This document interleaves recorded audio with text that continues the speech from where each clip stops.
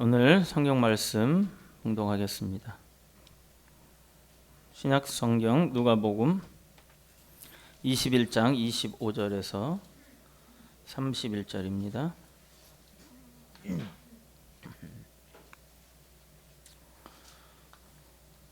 누가복음 21장 25절에서 31절 말씀입니다.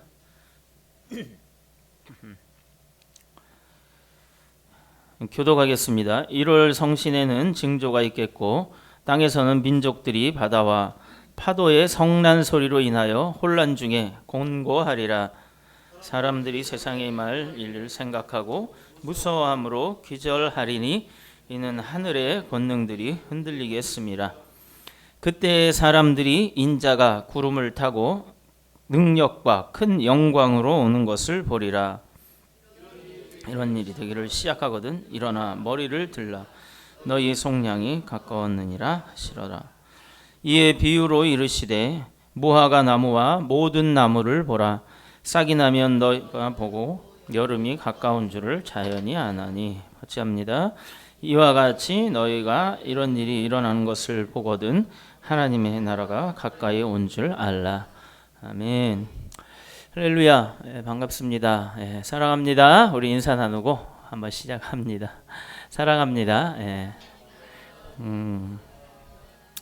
반갑습니다. 추운데 잘 오셨습니다. 고맙습니다. 자, 오늘은 우리가 정복의 때이다 하는 말씀, 지금은 정복의 때이다 하는 말씀으로 복음 말씀을 증거하겠습니다. 지금이라는 현대의 시대에 대해서 예수님이 어떻게 말씀하시냐 하면 오늘 성경 말씀을 보면 하늘에 해와 달과 별이 징조가 있다 이거예요. 그리고 하늘의 권능들이 흔들리겠다. 동일한 말씀입니다. 그리고 혼란 중에 곤고하리라 했어요. 그리고 세상에 임할 일을 생각함으로 무서워함으로 기절할 정도로 무서운 일들이 일어날 것이다. 이러한 말씀을 하고 계십니다. 그런데 이렇게 소망이 세상에 없을 때에 그때에 인자가 27절이죠. 인자가 구름을 타고 능력과 큰 영광으로 오는 것을 보리라 하고 말씀하십니다. 그러니까 이 세상에 소망이 없을 때에 주님이 그때 비로소 오신다는 거죠. 근데 참 두렵긴 두려워요. 점점 여러분들 세상이 발전하면 발전할수록 두려워지는 건 사실이에요. 왜냐하면 저 큰 고층 빌딩이 올라갈 때마다 보면 야, 저게 분명히 언젠간 무너질 텐데 이런 생각 들고, 또 그리고 어제인가 그제 북한에서 수소폭탄을 시험했다고 하잖아요. 수소폭탄은요 원자폭탄에 비교가 안 될 정도로 엄청난 위력을 가지고 있습니다. 수소폭탄. 그리고 점점 문화가 발달할수록 위험이 점점 커지는 거예요. 자동차가 빨라지면 빨라질수록 위험이 있듯이. 그리고 요즘에 엘니뇨로 인해서 요즘에 아예 슈퍼 엘니뇨라고 해서 이 지구의 이 날씨의 지형이 바뀌니까 생태계가 바뀌고, 그래서 이렇게 바다가 70% 되지 않습니까? 근데 조업을 어떻게 해야 될지 잘 모르고, 그리고 그로 인해서 북극에서 빙하가 녹아내리면서 수면이 올라가서 몰디브 같은 데는 이제 향 50년 안에 땅이 잠겨지게 해서 나라가 없어질 것 같다. 이런 예측이 나오고, 또 그리고 얼마 전에 인도네시아부터 해서 동남아로 닥친 그 지진 해일로 인해서 쓰나미로 인해서 뭐 엄청난 숫자가 한꺼번에 다 죽지 않았습니까? 또 그리고 일본에 닥친 쓰나미로 인해서 거기에 원자력 발전소가 터지면서 거기가 완전히 그 초토화되지 않았습니까? 들어갈 수 없는 곳이 되어버렸고, 또 그리고 그 땅에 그때 불어닥쳐서 그 마을 전체가 다 흙더미에 깔려서 그곳에 갔다 온 목사님들 얘기로는 들어가지 못하게 하는데 그 아주 켜켜이 시체들이 쌓여 있더라는 거예요. 워낙 일본은 자기들의 치부를 이렇게 드러내고 이러는 것을 좋아하지 않기 때문에 방송에 일체 내보내지 않고 이런 것들이 있습니다. 우리가 이렇게 살아나갈 때에 과연 안전이라는 것이 어디 있느냐? 그럼 안전한 것 같은 대한민국도 보면 점점 문명이 발달해 갈수록 사람에 대한 사랑이 사라지고, 그리고 곤고한 날, 혼란한 중에 곤고함이 많이 있지 않습니까? 서로 자기의 이득들과 그리고 옛날에 사람들이 살아가는 좀 맛깔스럽고 정갈스러운 그러한 삶들은 점점 메말라져 가고 있는 현실이 바로 지금입니다. 그래서 오늘 25, 26, 27절에 있는 그 말씀, 1월 성신의 징조가 있고 땅에서는 민족들이 바다와 파도의 성난 소리로 인하여 혼란한 중에 곤고하리라 하는 것이 바로 그런 것이 지금 바로 우리들이 살아나가고 있는 지금 현실이 아닌가, 그것을 말씀해 주고 있는 것이 27절까지 주시고 있는 겁니다. 소망이 없는 이 땅에, 소망이 없는 그때에 인자가, 즉 하나님이 우리들을 위해서 이제 큰 영광으로 오는 것을 보리라 하는 소망을 우리들에게 보여주고 있습니다. 그래서 우리들이 이런 일이 되기를 시작하거든 머리를 들라 너희 속량이 가까웠느니라 하시는 겁니다. 우리가 바라보라는 겁니다. 이 땅의 일들로 해서 두려움만 바라보는 것이 아니라 구약에 마치 불뱀을 만들어서 장대에 매달아 들듯이 오시는 그리스도를 바라보고 그 소망을 바라보고 살라고 하는 것입니다. 그래서 그 비유에서 말씀하시기를 무화과 나무와 모든 나무를 봐라. 그곳에서 싹이 트면 여름이 올 줄을 너희가 자연히 아나니 이와 같이 너희가 이러한 일들을 보거든 하나님의 나라가 가까이 온 줄을 알라 말씀하시는 겁니다.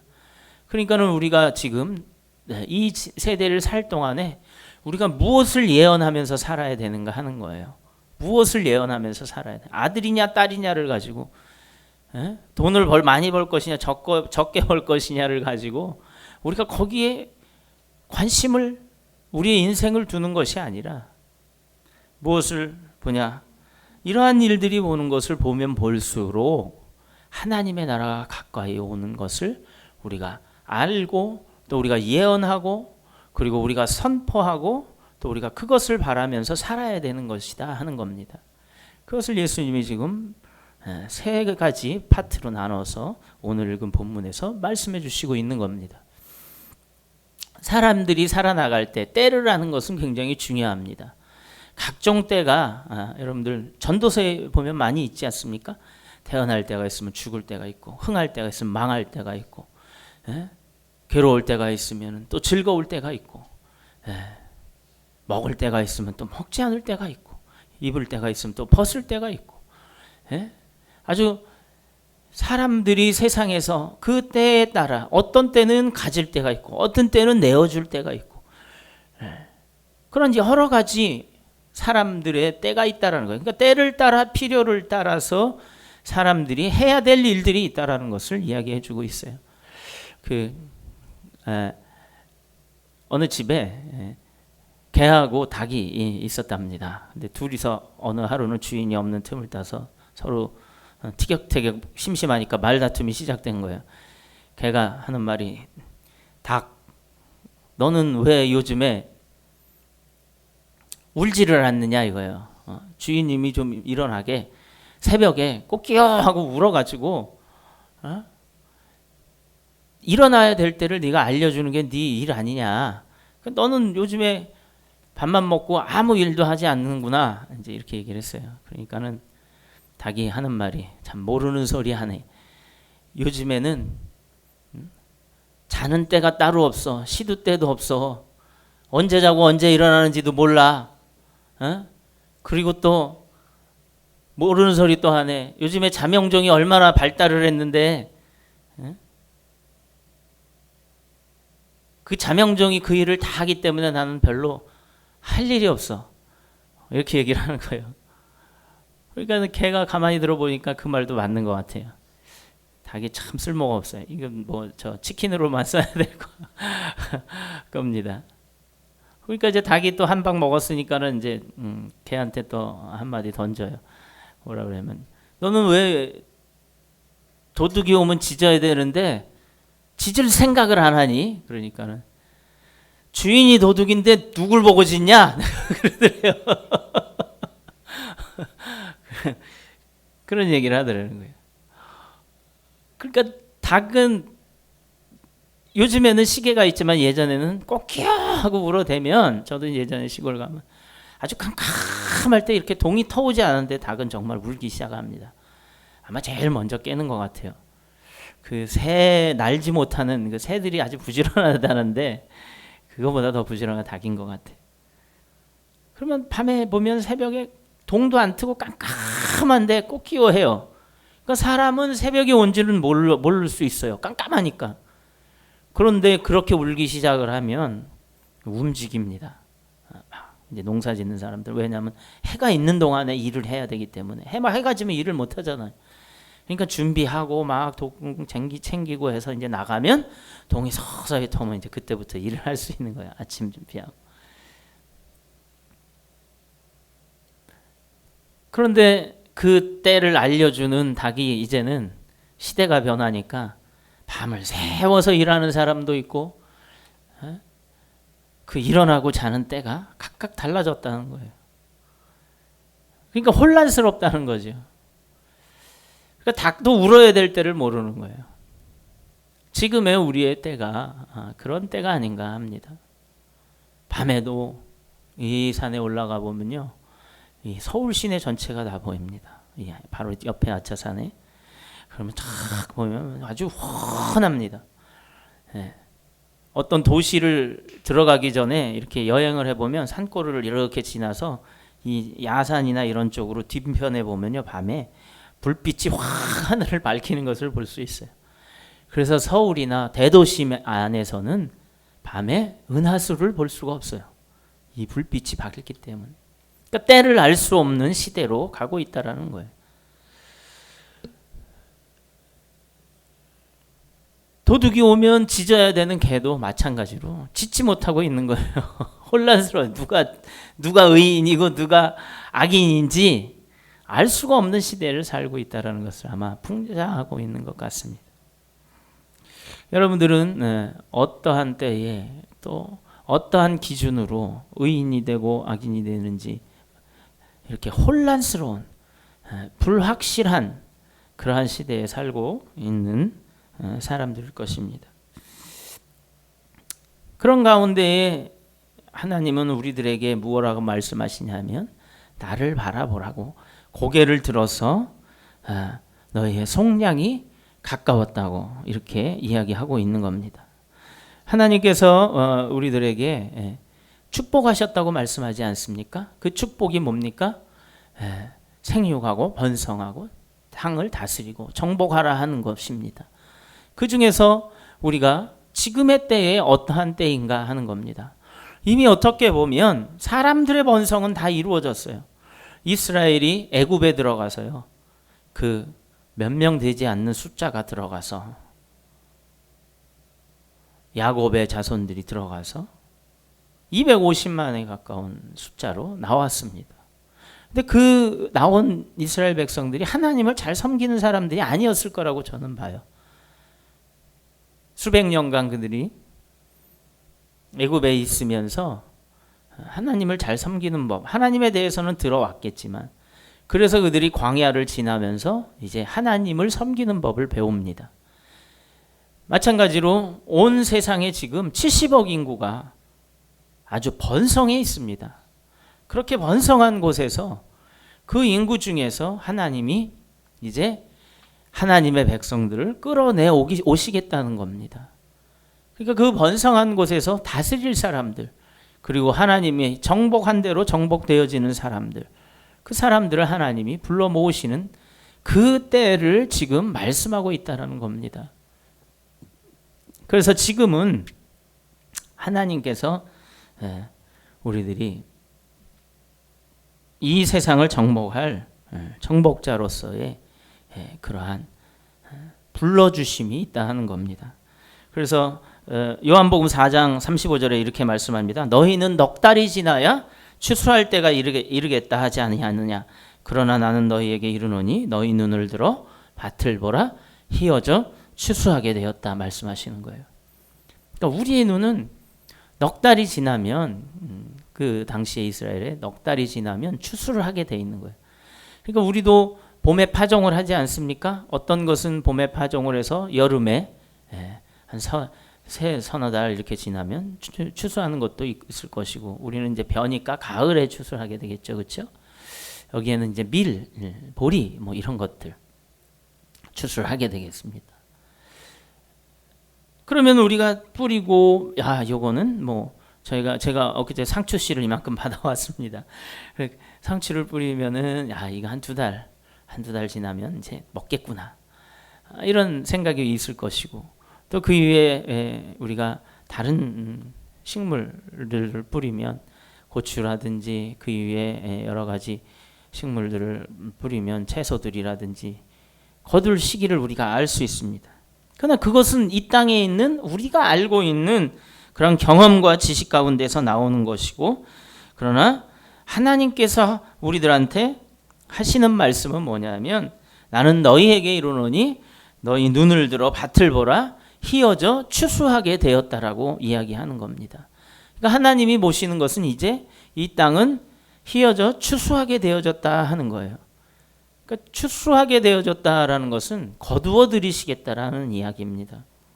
그러니까 농부가 무엇을 보고 농사를 짓는다고 말씀드렸습니까? 열매를 보고 농사를 짓지 않습니까? 이게 열매를 드리면요, 제가 논산훈련소에서 갔는데 그때 아주 태풍이 왔어요. 그래가지고 제가 열심히 훈련을 받는데 너무 기분 좋은 일이 생긴 게, 대민봉사를 나간다는 거예요. 태풍이 와가지고 벼가 다 쓰러졌어요. 쓰러졌는데 그게 거의 제가 10월 4일에 입대를 했으니까 얼마나, 그때 조금만 지나면 추수할 때가 다 된 거 아니에요. 근데 그게 넘어져 버린 거예요. 그러니까 물에 다 젖으니까 어떻게 돼요? 싹이 펴버리는 거예요. 다시 발화가 되는 거예요, 벽씨가. 그러니까 안 되잖아요. 그러니까 그거를 묶어서 누워있는, 물속에 누워있는 것을 이제 이거 한 주먹 저거 한 주먹에서 3개를 묶어서 놓으면 이게 서로 3개가 기둥이 돼서 서 있으니까 햇볕을 받고 바짝 마르니까 습도가 없으니까 그대로 씨앗대로 남아있는 거예요. 그래서 그걸 하라는 거예요. 그래서 가서 그것을 이제 막 했습니다. 그리고 또 한쪽에서는 일찍 익은 것들은 이제 베는 것도 하고 있어요. 그러다가 배에다가 그 손을 비고 발을 비고, 발은 왜 비는지 모르겠어요. 그 발을 많이 비더라고. 낯질하다가, 저는 뭐 농사를 안 져봤으면 모르죠. 그 낯질을 막 하다가 이게 발을 치는 거예요. 그 발이 비어가지고 발빈 애들은 발 들고 있고 논 한켠에서, 손빈 애들은 손 들고 있고 벌을 주는 거예요. 그래서 그 때가 되니까 그것을 추수해야 되는 것이 우리들의 지식이란 말이에요. 하나님이 우리를 보실 때에는 이제 추수할 때가 되었다라는 겁니다. 이제 다 그 때가 되었다라는 거예요. 아주 이 땅에는요, 아주 차고 찰 대로 찬 거예요. 그래서 전에 저하고 가까운 사람이 물어보더라고요. 사람들이 왜 그 히말라야 영화 요즘에 나왔잖아요. 왜 그렇게 산 꼭대기까지 그 죽을 거를 알면서도 죽을지 어쩔지 모르는 아주 위험한 데까지 갈까? 그래서 하나님이 정복하라고 그러셨잖아. 다 끝까지 가서 아주 그냥 그 해저 밑 깊은 데까지도 가잖아요. 하나님이 명령하게 딱 우리한테 심어 놓으신 거예요. 그래서 딱 그 산 꼭대기까지 가서 깃발을 꽂고 오는 거예요. 동물들은 절대 그렇지 않습니다. 온도를 쫓아서 따라서 이렇게 다닙니다. 자기가 살 것이 좋은 대로. 근데 사람은요, 저 북극해까지 가가지고 남극해까지 가가지고 뭐예요? 깃발을 꽂고 거기다 영구기지 만들고 거기다가 채소 심을 수 있는 아주 그냥 인공 하우스도 만들어가지고 먹고 살더라고요, 그렇게. 그래서 히말라야가 그 내용이 뭡니까? 저도 그 다큐멘터리를 봤습니다. 재밌다고 그러대. 그거 자꾸 어떤 친구가 가서 보자고 그래서 제가 가서 보려고 생각도 하는데 그 다큐를 봤어요. 그 TV에서 하는 걸. 근데 거기서 사람이 죽은 거예요. 크레바스에 빠졌어요. 얼음 틈에. 그러니까 자기 동료가 거기서 그대로 있으니까 장사를 못 지내준 거예요. 장례를. 그러니까는 그 구덩이에서 내려가가지고 목숨을 걸고 가서 밧줄을 해가지고 끌어올려서, 그래서 아마 제가 볼 땐 끌어가지고 도저히 내려올 수가 없는 거예요. 너무 산이 험하니. 그러니까 어른 채로, 동태 여러분들 어른 거 알잖아요. 어른 채로 그대로 있더라고. 옷도 입은 채로 그대로 있고. 그러니까 거기 부패하지 않는 거예요. 예수님 오시면은 예수 믿었으면 그대로 부활하면 되겠더라고. 화장하면은 조금 한 단계 더 거쳐야 되지 않을까 하는 생각이 들어요. 부활하려면. 그래도 뭐 하나님 능력이 있으시니까. 그래가지고 그러니까 안 되겠으니까 도중에 내려오다가 돌로 이렇게 그 또 얼음덩이로 이렇게 해서 그냥 덮어둔 거예요. 덮어둔 거. 그리고 내려오더라고. 그런데 그 다큐만 봐도 눈물이 나더라고요. 정말. 야, 그 엄홍길 대장에 갔었나요? 난 자세히 기억이 안 나. 맞아요? 그렇게 해서 간 거예요. 그 최초래네. 그렇게 간 게 우리나라가. 그러니까 목숨을 걸고 그 죽은 사람을 구하겠다고. 그러니까 죽은 사람을 구하겠다고 간 거예요. 그 구하는 것도 아니죠. 장례 치러주는 거죠. 구할 수가 있나? 그래 우리 주님은 죽은 사람을 구하시겠다고 이 땅에 오신 거 아니에요. 그분은 살리시잖아요. 그렇죠? 자기의 목숨을 버려가면서. 그래서 그 감동이 있나 봐요. 그 히말라야가 그런. 근데 우리 주님은 어떤 감동이냐면 동료가 아니라 높으신 그 주님이 이 땅에 내려오셔서 우리를 구하시겠다고 오신 거예요. 거기에 감동하는 거예요. 그리고 그 감동뿐만이 아니라 만약에 그 히말라야에 가서 죽었던 사람이 살아났다면, 그가 오므로 말미암아 살았다면 어떻겠어요? 이루 말할 수 없는 표현과 고백이 있는 것 아니겠어요? 우리도 마찬가지예요. 그 높은 곳에서 우리를 구하러 사랑하러 오셨다는 그분이 우리를 대신해서 죽으시고 우리를 구하시고 가셨단 말이죠. 이것에 우리가 감동하고 이것에 우리가 감사하는 겁니다. 만약에 그렇게 하나님이 이 땅에 흔한 게 사람 아니에요. 70억 명이면요, 여러분들은 그 가운데서 없어져도 있어도 없어도 별 티가 안 나요. 또 태어날 거니까. 그렇죠? 또 태어나고 또 뭐 죽는 건 당연한 거고. 그러나 그 살고 죽고 내가 하나의 요 안에 가시가 박히는 것조차도 나에게 있어서는 아주 중요하고 커다란 문제라는 이야기입니다. 그런데 하나님께서는 그 문제를 70억 중에 하나라고 아주 우습게 넘기는 것이 아니라 귀하고 소중하게 보신다는 거예요. 머리털이 여러분들 몇 개인지 잘 모르시죠? 내 머리털이 뭐 하루에도 한 100개씩은 빠지는 게 기본이라니까. 15만 개요? 15만 개쯤이지 15만 몇천 몇백 몇십 몇 개라는 걸 수시로 변하니까 모른단 말이에요. 그거와 같아요. 내 머리. 야, 15만 개나 돼요? 근데 왜 나는 머리가 빠져가지고 이거 자꾸 비지? 그렇게 많은데. 근데 그게 조금씩 빠져가면서 그 많은 숫자가 어느새 여기가 많이 비더라고요. 근데 매일 그게 바뀌기 때문에 내 숫자도 잘 몰라요. 그런데 이게 머리숱이 많을 때는 아마 우리 재혁 형제는 머리숱이 많더라고. 난 부럽더라고. 근데 별로 머리 숫자에 신경을 안 쓸 거예요. 근데 이제 이게 빠지기 시작하니까 숫자에 신경 쓰이기 시작을 하는 거예요. 이게 비었나? 그래서 당신 여기 좀 봐봐. 이게 좀 비었어? 그러면 이제 처음에는 네 비었어요 이러다 내가 실망을 많이 하니까 뭐라 그러냐면 어휴 많이 좋아지셨네. 그러는 거예요. 그러면 난 또 그거 좋다고 또 그래요. 근데 그리고 나서 혼자는 피식피식 웃어요. 그럼 또 난 속았구나. 이렇게 생각을 해요. 관심이 많아지는 거예요 이게. 그러니까 온통 사실 나는 나의 일에 관심이 많은 겁니다. 나의 일에 관심이 많기 때문에 나를 그렇게 지지해주고 사랑해주던 부모님이 돌아가면 속상해서 우는 거야. 어? 부모님이 돌아가시면 나를 세상에서 그만큼 사랑해주시는 분이 없잖아요. 그러니까 살아계실 적에 잘 해야 됩니다. 아유, 나도 찔리네. 예. 사실 그렇잖아요. 부모님만큼 자기를 지지해주는 이 세상에 사람이 누가 있어요? 그럼 부모님이 돌아가셔서 불쌍해서 그런가? 솔직히 까놓고 얘기하면 나를 지지해주고 사랑해줄 분이 이 세상에 더는 없는 거야. 그 이기적인 면이 있어요, 사람들이. 그러나 우리 하나님을 믿는 사람은 사랑하기 때문에 또 그 헤어짐이 섭섭해서 우는 줄 압니다. 예. 왜냐하면 그 사랑을 알았거든. 섬김의 사랑. 그래서 내가 아주 셀피시한 거, 막 이기적인 그런 삶을 버리고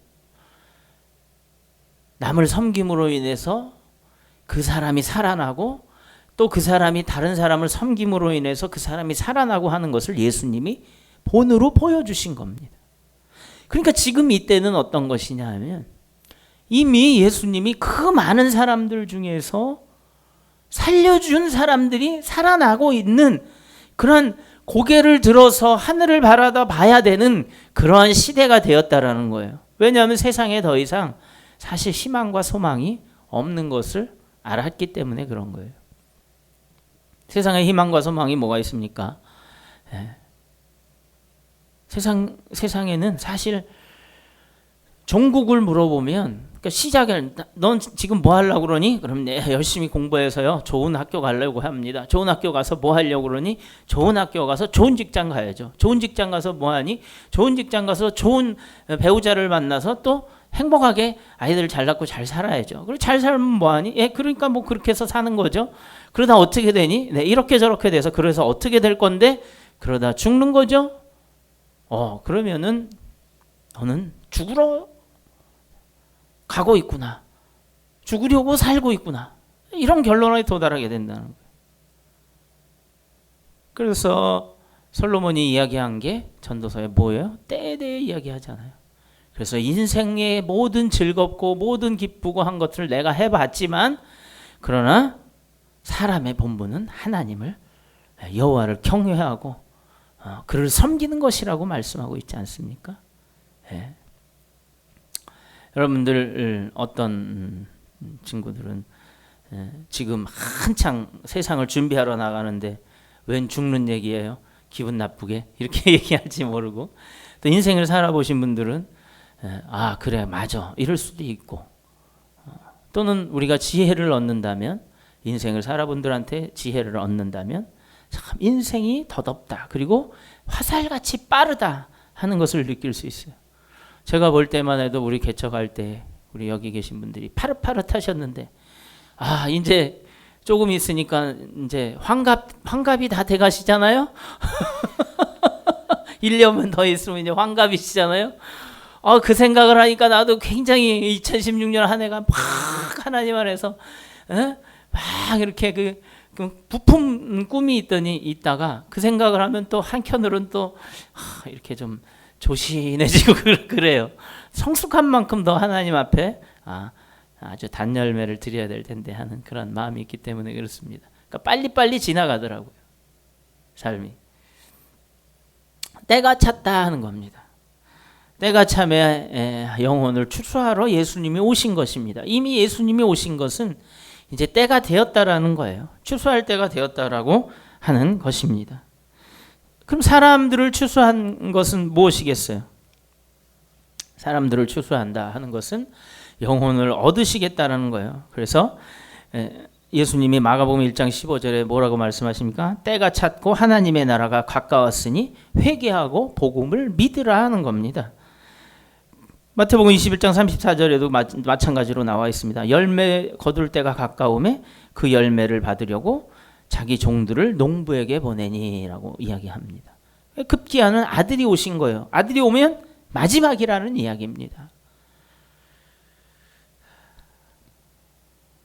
무화과 나무에게 가서 예수님이 열매를 얻으려고 했는데 없어서 저주함에 뿌리까지 말랐다. 뿌리로부터 말랐다 하는 말씀이 있지 않습니까?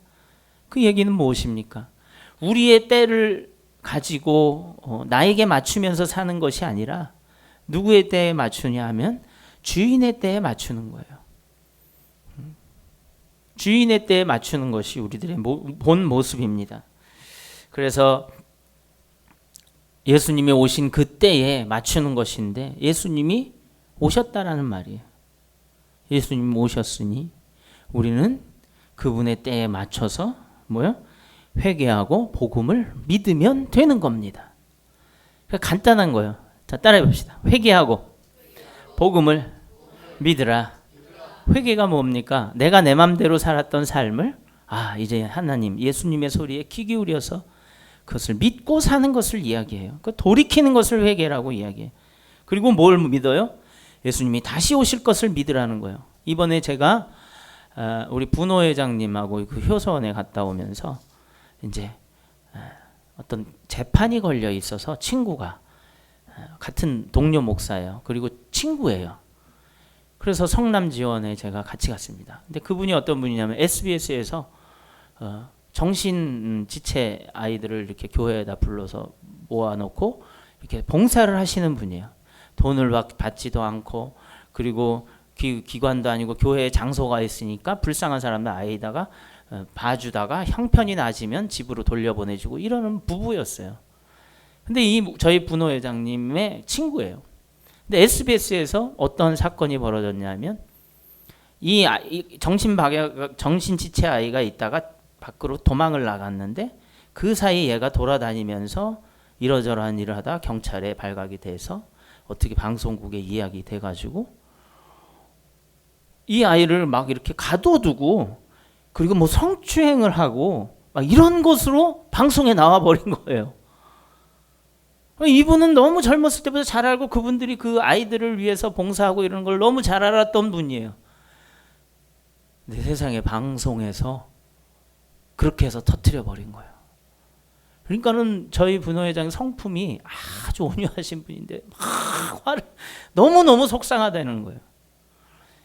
그분을 내가 너무 잘 아는데 그 교회에 장소가 있고 그래서 두 분이 너무 그런 장애가 있는 정신장애가 있고 뭐 장애가 있는 사람들 불쌍한 아이들을 데려다 키우고 그리고 정상으로 되면 가정이 회복되고 이러면 돌려보내고 이러는 것을 너무 잘 알고 있는데 어떻게 저럴 수 있느냐 이거예요. 그 부모도 정신 장애가 있는 부모였어요.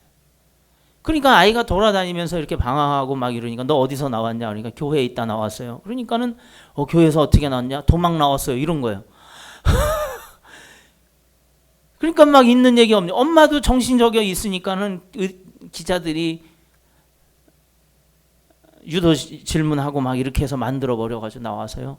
1년 반 동안 아마 제가 결과는 몰라요. 그날 이번 목요일이었나요? 제가 갔다 온 날이 그날 이제 재판이 있는데 아마 오늘이 마지막일 겁니다. 계속 무혐의로 지금 나가고 있는데도 계속해서 검찰에서 재심 요청해가지고 나오고 있어요. 이렇게 이야기를 하는 거예요. 그래가지고서는 아마 무혐의로 떨어지고 아무것도 나온 게 없다는 거예요. 근데 이분들은 목회자로서의 평생을 살아온 이제 70이 다 돼가시는 분이거든요. 69이시. 친구분도 그렇게 됐을 거 아니에요. 평생을 목회자로서 그렇게 봉사하며 살아왔는데 사람들한테 아주 전 국민에게 된 거예요. 몹쓸 사람이 되어버린 것이고 그리고 그렇게 봉사하고 하던 일도 손을 놓게 되어버린 것이고 그런데 제가 거기서 그러면 그 방송국을 상대로 고소를 하시죠. 그러니까 그 생각도 했었대라는 거예요. 근데 하지 않는 게 하나님 앞에서 더 맞는 행동이 아니겠느냐 이런 얘기를 해요. 왜냐하면 거대한 방송사를 상대로 싸우는 것도 옳지 않고, 옳지 않은 게 아니라 이기기 힘든 문제고, 또 그리고 거기에 시달리는 걸 너무 많이 시달렸다는 거예요. 재판 때문에. 그러면 정신적으로 힘들고 1년 반 동안 또 이렇게 왔는데 목회 사역도 못할 것이고 또 마음도 더 힘들어질 것이고 또 하나님 안에서 내가 이렇게 연단을 받았다 생각하면 하나님이 그 심판과 모든 것을 하나님이 회복하심에 맡겨드려야 되는 것 아니겠는가, 이렇게 이야기를 하면서 또 한 가지 예를 들으신 거예요. 본인도 그 내비게이터 선교국을 맡아서 오랫동안 사역을 하신 분인데 저희보다 1년 반 정도, 약 2년 정도 먼저 개척을 하셨더라고요. 그 노령에도 불구하고. 그리고 이제 연세대학교를 중심으로 이제 사역을 하시던 그 터전이 있으셔서 청년들이 이제 그때 전도하고 막 이렇게 했던 분들이 모여져서 지금은 뭐 이제 자리를 잡았대요. 한 4년 만에. 청년들 중심으로. 그래서 이 70이 다 되셨는데 청년들을 그렇게 모으셨냐고 너무 부럽습니다. 제가 그랬어요. 그런데 그 중에서 방글라데시에서 전도가 된 청년이 한 명 있었다는 거예요. 그 청년이 예수를 믿고 그들이 무슬림이었는데 이게 자기가 그것을 믿고 1년 만에 또 집에 친구가, 같이 유학 온 친구가 집에다 이야기를 해가지고 거기 가면은 죽는데네요. 이렇게 자기 집안을 망신시켰다고 해서. 그래서 자기 삼촌도 죽었대요. 예수를 믿다가. 그렇다고 호출 명령이 떨어진 거예요. 그러니까 얘는 집에 들어가지 못하겠다는 거예요. 그래가지고 할 수 없이 방법을 찾다가 목사님이 돈을 다 들여서 한국에서 비자를 따로 내주고 또 그리고 이 친구가 또 워낙 공부를 잘하고 머리도 똑똑해서 네덜란드로 들어가는 그러한 네덜란드 대사관에 가가지고 유학생 국비 장학생 그걸 시험을 봐서 전 세계에서 본다고 합니다. 그래서 그것을 15명인가 뭐 몇 명을 뽑는데 됐대요. 돼가지고 가게 됐답니다. 그런데 기숙사 1년치비를 네덜란드에서 요구를 하더라는 거예요. 그래서 돈이 없잖아요. 1,000만 원가량 되는데 약 900만 원이었다고. 그것을 이 목사님이 이제 그때 개척 초기니까 3년 전이니까 저희 교회 아직 3년 안 됐습니다만 그 처음에 얼마나 힘들어요. 그렇죠? 그것을 여기저기 빚을 내가지고 너무 그 친구 믿음이 신실하고 이러니까. 그래서 해가지고 900만 원을 통장에 넣어서 그 친구 이름으로 해서 그 통장 내역을 보여줘야 되니까 제시를 해야 갈 수 있으니까. 그리고 나서 그것만 제시하고 돈은 돌려주기로 하고 목사님께 그랬는데 이 친구가 어디를 갔다 온다고 그러더니 사라져버린 거예요. 없어졌어요. 그래서 목사님이 얼마나 사모님하고 충격을 받았는지 몰라요. 돈도 돈이지만 그 충격. 근데 도저히 그럴 친구가 아니라는 거예요. 왜냐하면 우리 여기 마석의 성생공단이 있는 그 가구 거기에서도요. 그 친구도 750만 원인가 임금을 떼먹혔다는 거예요. 방학 때 거기 가서 그 막 힘든 일을 하고 나서도 한국에도 못된 사람들 많아. 그걸 왜 안 줘? 그랬는데도 이 친구가 거기에 대해서 그렇게 분노하지 않고 돈에 대해서 미련 갖지 않고 열심히 그냥 있으면서 예수를 영접하고 그 마음이 눈에 선하다는 거예요. 그게 거짓이 아니었다는 거예요. 그 신앙이. 그러면서 도저히 마음 가운데 용서가 안 되더라는 거예요. 이럴 수가 있나. 그 삶이 아시잖아요. 그렇죠? 개척교회에서 몇 명 되지 않는 성도들과 하는 그 삶을. 근데 그걸 900만 원도 없는 거를 카드 빚을 해가지고 있는 돈 없는 돈 끌어다가 해줬는데 말도 없이 가버린 거예요. 네덜란드로 가야 되는데 그래서 경찰서를 찾아가니까 네덜란드로 가지 않고 방글라데시로 갔다는 거예요.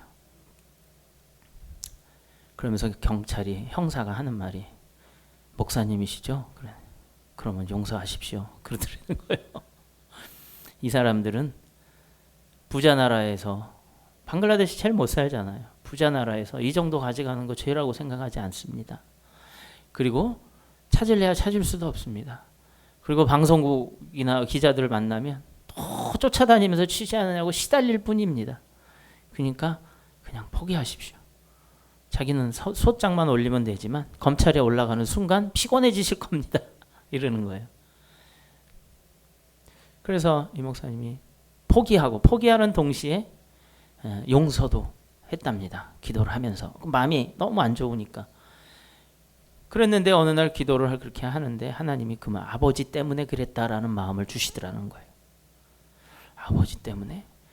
그래 가만히 생각을 해보니까 그 생각이 나더라는 거예요. 그 친구 아버지가 정유회사 이런 그 정유업을 하고 있었는데 우리나라 돈으로 1,000만 원 정도가 부도가 나서 그게 없어서 망할 지경에 이르렀다라는 거예요.